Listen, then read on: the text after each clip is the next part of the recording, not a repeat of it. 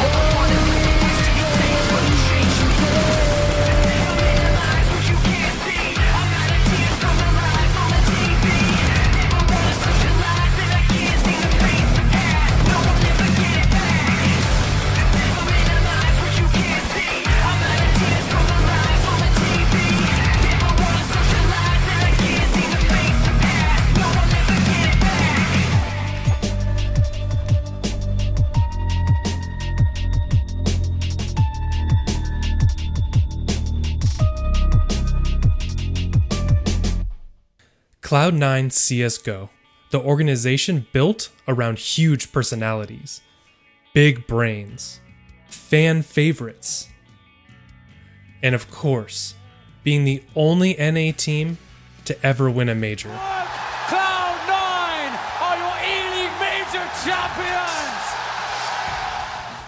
The team also known for falling short. The Habit misses the no-scope, and Cloud9, the heartbreak. Roster changes, more roster changes, and even more roster changes, and being unable to get over the hump. And MIBR won't get ninja this time. 16-14, a 2-0 as Cloud9 fall to the last hurdle out of group stage. The latest iteration of Cloud9, one of hype, excitement, transparency, ended as quickly as it started, leaving many in shock, letting the haters win, and the fans unsure if this is just the end for Cloud9 CSGO. So what actually happened? Did they need more time, or was the team really that bad?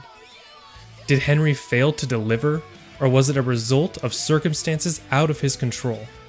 Was the plug pulled too early? Was the system and players that they had ever going to work?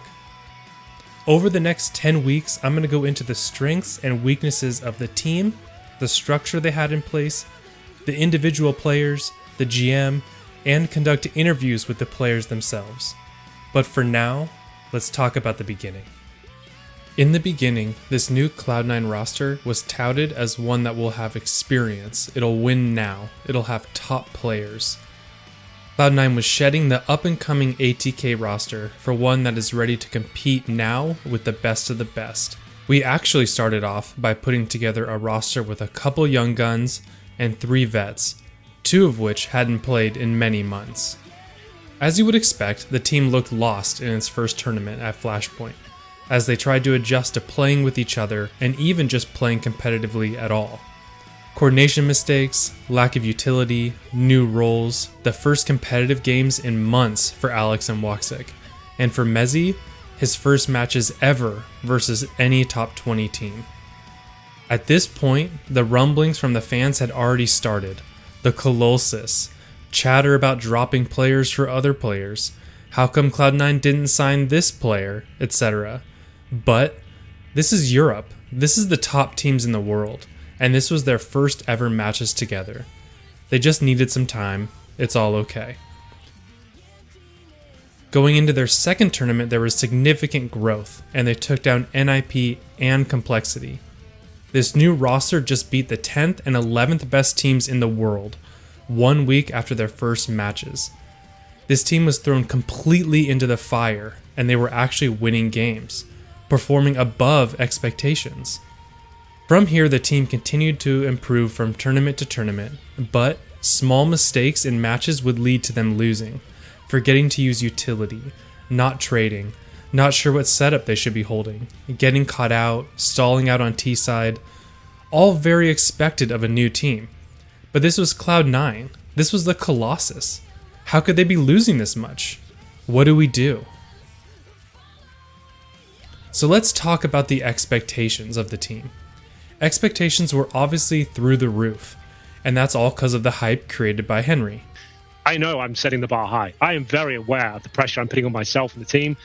The team I've assembled, though, you will agree once they're announced that that's what we should be aiming for. And I feel like with the Cloud9 brand, it's about time someone came in and said we're going for the trophy instead of developing a team for 6 months. But while all the hype was and is fun, the person doing it, part of their job is to hype up the team, to get people excited, to sell merch, and to make the team relevant in the scene. And then you as a fan have to use critical thinking to actually decide what the real expectations of the team are. So now maybe Henry thought he was getting different players. Maybe he thought he could just outwork other GMs and win. Maybe he was just doing what he did to create insane buzz and interest around Cloud9. The worst thing you can be is irrelevant, and Cloud9 definitely was not irrelevant. But when you look at the team, you have one fresh rookie, one young NA player, an IGL whose system is based on feel, reads, teamwork. This team was always going to take time to gel. Roles are going to change, positions are going to change. You're going to have to learn everyone's playstyle while also trying to figure out your IGL system. Your mind isn't going to be 100% in the moment, reacting perfectly like it used to in your past teams.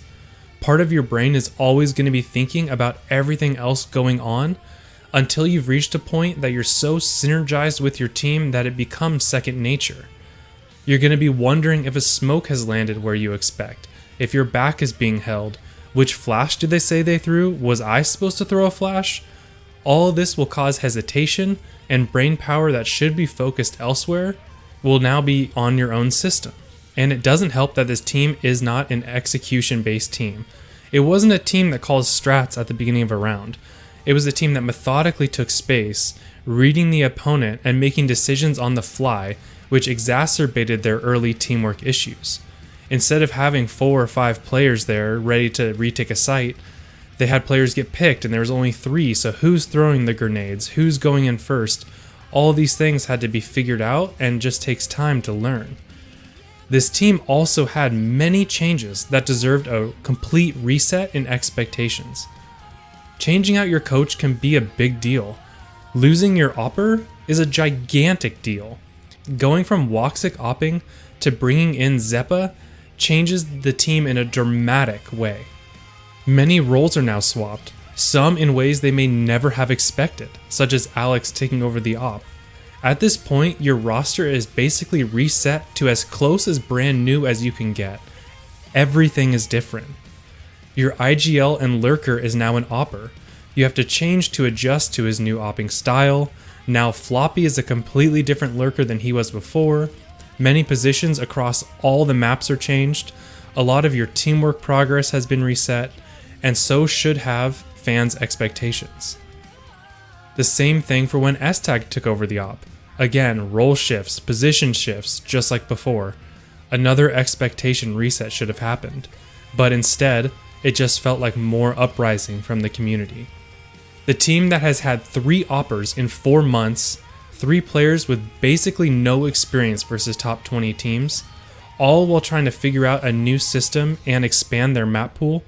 The fact that this team was not only competing against top competitions, but actually taking maps off the best teams in the world was impressive. The team lived with immense pressure from the community on their shoulders, and were still coming out throwing haymakers with very little time together. The team's entire life was shorter than Flush's tenure on Cloud9. Remember when there was all those jokes about how short FNS was on Cloud9? Zeppa was on this team for even less maps than FNS. They were 32 and 39 for maps won and lost. With all of these changes and the unfortunate circumstances, and versus the upper echelon of Counter-Strike, they had solid win rates on the maps where they were comfortable and could run their system, like Overpass, Nuke, Dust 2, and they had shown improvement on Inferno, which was their worst map. This team was growing, they were getting better, they had the talent, they had the brains. They needed more time. So, how was this team strong? Where were they weak? What about the structure that was in place that the team was running? What did that look like and what were its faults? Over the next 10 weeks, I'm going to get into the depths of the strengths and weaknesses of the overall team play, the structure, each individual player, the GM.